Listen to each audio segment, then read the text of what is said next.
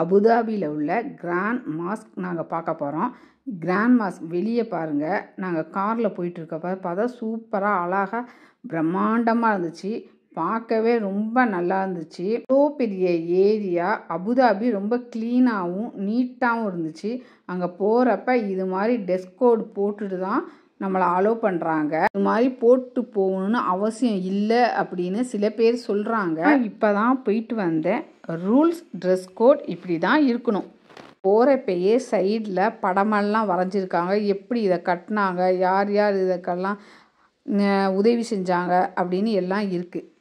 பார்த்தீங்கன்னா இது கிரேனைட் கல்லுலேயே ஆன மாதிரி சூப்பராக இருந்துச்சு. இதுக்கு முன்னாடி தண்ணி நிரப்பி சூப்பராக நல்லா ஜில்லுன்னு காற்று வந்துச்சு. நாங்கள் போனது மத்தியான டைம், வெயிலே தெரியல. இவங்களோட கலாச்சாரத்தை தெரிஞ்சிக்க ரொம்ப ஆர்வமாக இருந்துச்சு.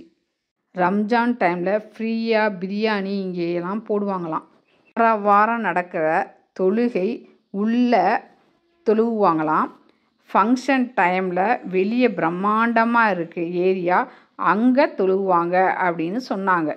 இந்த கிராண்ட் மாஸ்கை நான் பார்ப்பேன்னு நினச்சிக்கூடே பார்க்கல. எனக்கு இதை பார்த்தது ரொம்ப சந்தோஷமாக இருக்குது. அமெரிக்க அதிபர் ஒரு வாரத்துக்கு முன்னாடி தான் வந்து இந்த கிராண்ட் மாஸ்கை பார்த்துட்டு போனாராம். இங்கே ஆண் பெண் கைகோர்த்து போகக்கூடாது, ஜோடியாக ஃபோட்டோ எடுக்கக்கூடாது, ரூல்ஸ் இருக்குது. அப்படி நீங்கள் ஃபோட்டோ எடுத்தீங்கன்னா செக்யூரிட்டி வந்துடுவாங்க. இந்த ஏரியா தான் பெரிய ஏரியா. பண்டிகை நேரத்தில் இங்கே தான் தொழுவாங்களாம். இது உள்ள ஏரியா சூப்பராக இருந்துச்சு. பார்க்கவே அழகான டிசைனில் எல்லாமே பண்ணியிருந்தாங்க. கிராண்ட் மாஸ்கை சுற்றி கடையும் ரொம்ப கடை வச்சுருந்தாங்க. அதையும் பார்த்தோம்.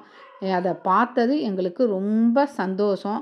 எல்லாத்தையும் பார்த்துட்டு நாங்கள் வீட்டுக்கு கிளம்பிட்டோம். நீங்களும் முடிஞ்சால் பாருங்கள்.